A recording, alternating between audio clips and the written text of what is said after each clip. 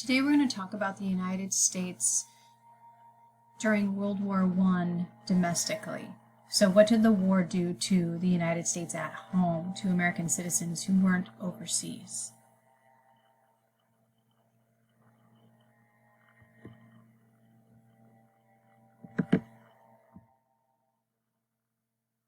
This is one American story. This is Harriet Stanton Blatch, who just happens to be the daughter of Elizabeth Cady Stanton.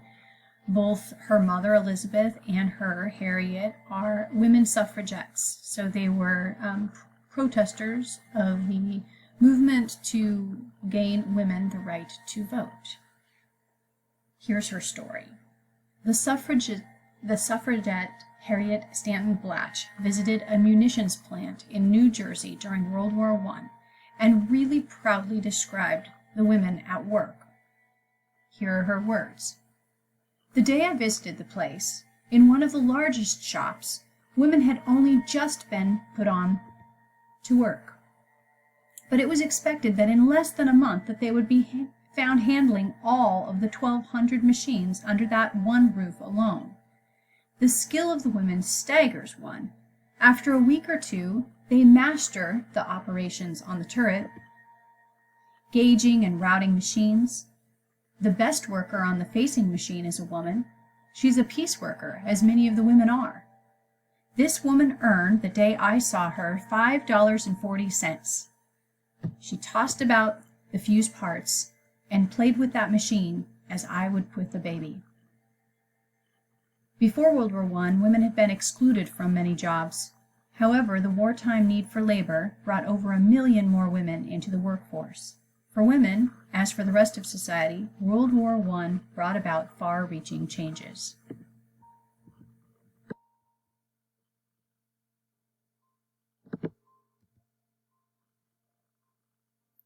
Congress gives power to Woodrow Wilson. Winning the war was not a job for one American soldier alone. As Secretary of War Newton Baker said, war is no longer Samson with his shield and spear and a sword and David with his sling.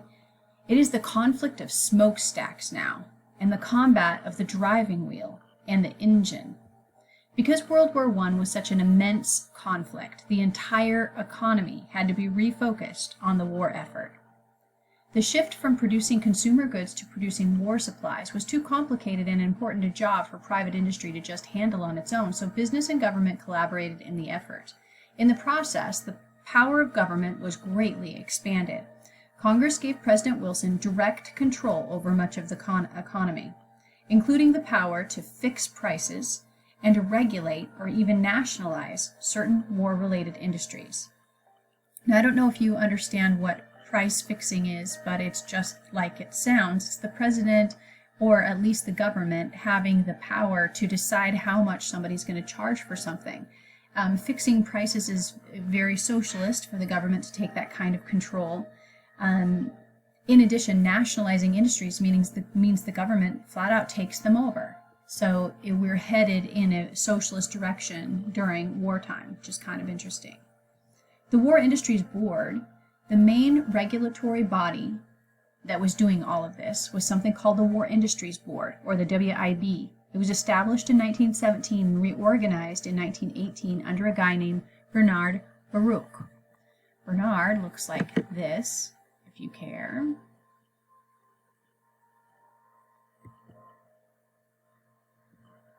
He was a prosperous businessman, and the board encouraged companies to use mass production techniques to increase efficiency.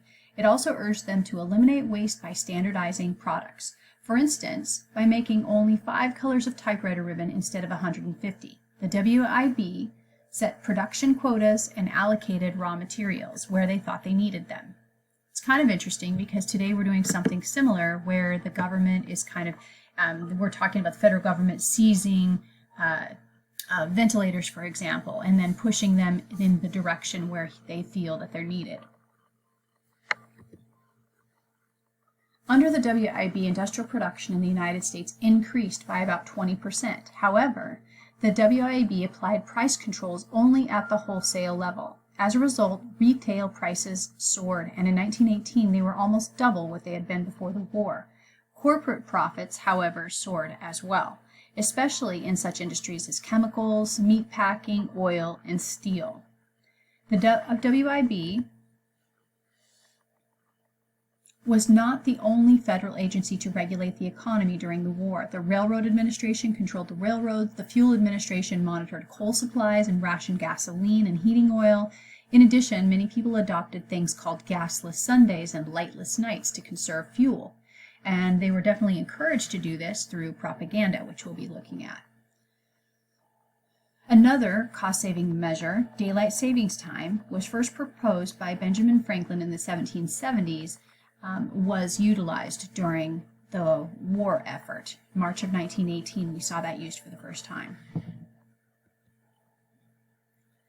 Wages in most industries rose during the war years. Hourly wages for blue-collar workers, those in metal trades, shipbuilding, and meat packing rose by about 20%.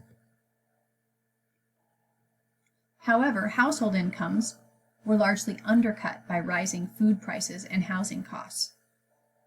By contrast, stockholders in really large corporations saw enormous profits. One industrial manufacturer, the DuPont Company, for example, saw its stock multiply in value 1,600% between 1914 and 1918. By that time, the company was earning $68 million a year in profit. As a result of the uneven pay between labor and management, increased work hours, child labor, and dangerously sped-up conditions, unions boomed. Union membership climbed from about 2.5 million in 1916 to more than 4 million in 1919. More than 6,000 strikes broke out during the war. To deal with these disputes, Woodrow Wilson established something called the National War Labor Board, which kind of acts somewhat like an umpire in a ball game. Workers who refused to obey the board's decisions could lose their draft exemptions. Work or fight, the board told them. However, the board also worked to improve factory conditions. It pushed for an 8-hour workday, promoted safety inspections, and enforced a child labor ban. So this was supposed to be in reference to the National War Labor Board, so they're acting as a mediator to settle disputes. The Food Administration. To help produce and conserve food, Woodrow Wilson set up something called the Food Administration, and he put in charge of it a guy named Herbert Hoover. This name should sound familiar, or it will sound more familiar, because he would become president during the 1930s, well, actually in the late 1920s, and into the early 1930s when the Great Depression hit. So the Food Administration was led by Herbert Hoover, and he, instead of rationing food, he called upon people to follow the gospel of the clean plate. He declared 1 day a week to be meatless, another sweetless, 2 other days wheatless, and 2 other days porkless. Restaurants removed sugar bowls from the table and served bread only after the first course. However, other people helped in other ways. Homeowners, for example, planted victory gardens in their yards. School children spent after-school hours growing tomatoes and cucumbers in public parks, and as a result of these similar efforts, American food shipments to the Allies tripled.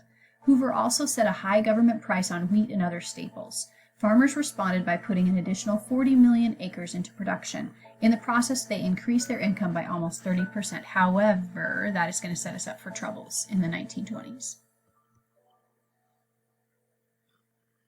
Okay, last piece for today. How do we pay for a war? Hopefully you guys are paying attention to the propaganda posters that like I had mentioned before, are throughout. These are all created by a guy named George Creel, who's responsible for something called a Committee on Public Information. And he is encouraging people around the United States to participate in the Food Administration, for example, by creating posters like this. I want you to pay attention to what part of kind of human nature are they playing upon when they create these posters.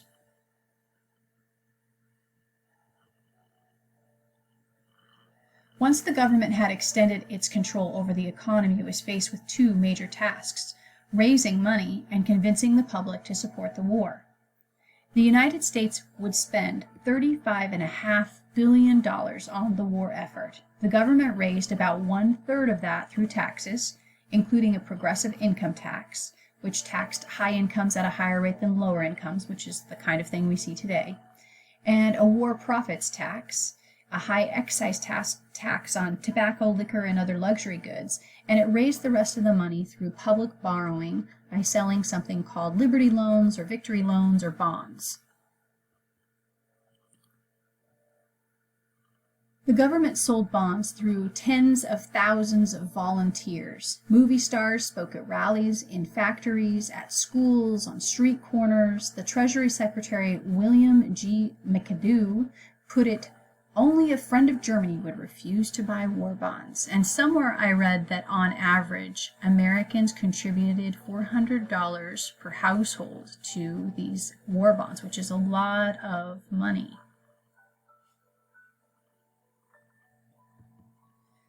The Committee on Public Information. To popularize the war, the government set up the nation's first propaganda agency, the Committee on Public Information, or CPI. Propaganda is a kind of biased communication designed to influence people's thoughts and actions. The head of the CPI was a former muckraking journalist, and if you remember muckraker from us reading the Ida Tarbell piece on Standard Oil, a muckraker is somebody who exposes problems in an industry by kind of raking someone through the mud and exposing their dirty laundry. So Creel is already kind of well versed in that as a journalist. So he becomes head of this propaganda machine. And he persuades the nation's artists and advertising agencies to create thousands of paintings and posters and cartoons and sculptures promoting the war effort. He recruited about 75,000 men to serve as 4-minute men who spoke about everything related to the war, the draft, rationing, bond drives, victory gardens. Nor did Creel neglect the written word. He ordered a printing of almost 25 million copies of How the War Came to America, which included Wilson's war message in English and in other languages. He distributed about 75 million pamphlets and books and leaflets, many with the enthusiastic help of the Boy Scouts. Creel's propaganda campaign was highly effective. However, while the campaign promoted patriotism, it also inflamed hatred and violations of civil liberties of certain ethnic groups and opponents of the war.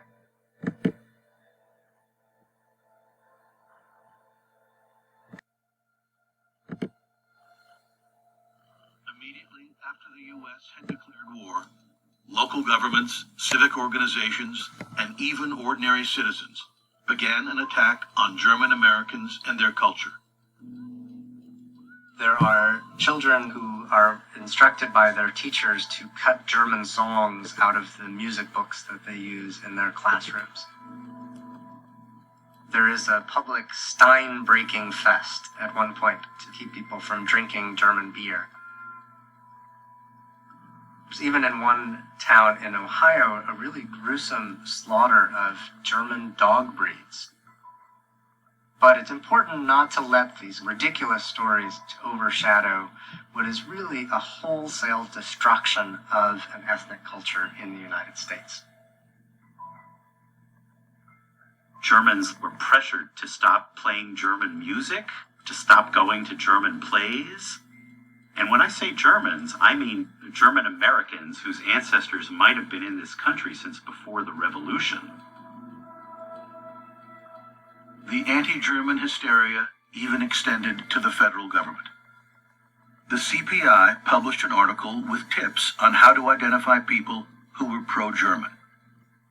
The president issued a decree that made any German living in the United States register as an enemy alien. Almost 500,000 men and women were photographed, fingerprinted, and interrogated about their loyalty to the United States.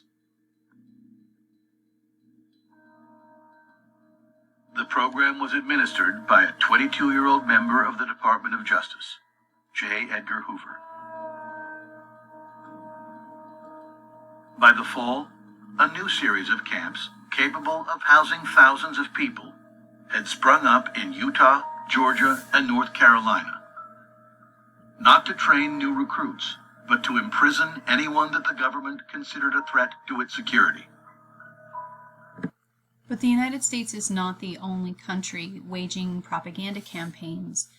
Most countries had the same sort of thing going on.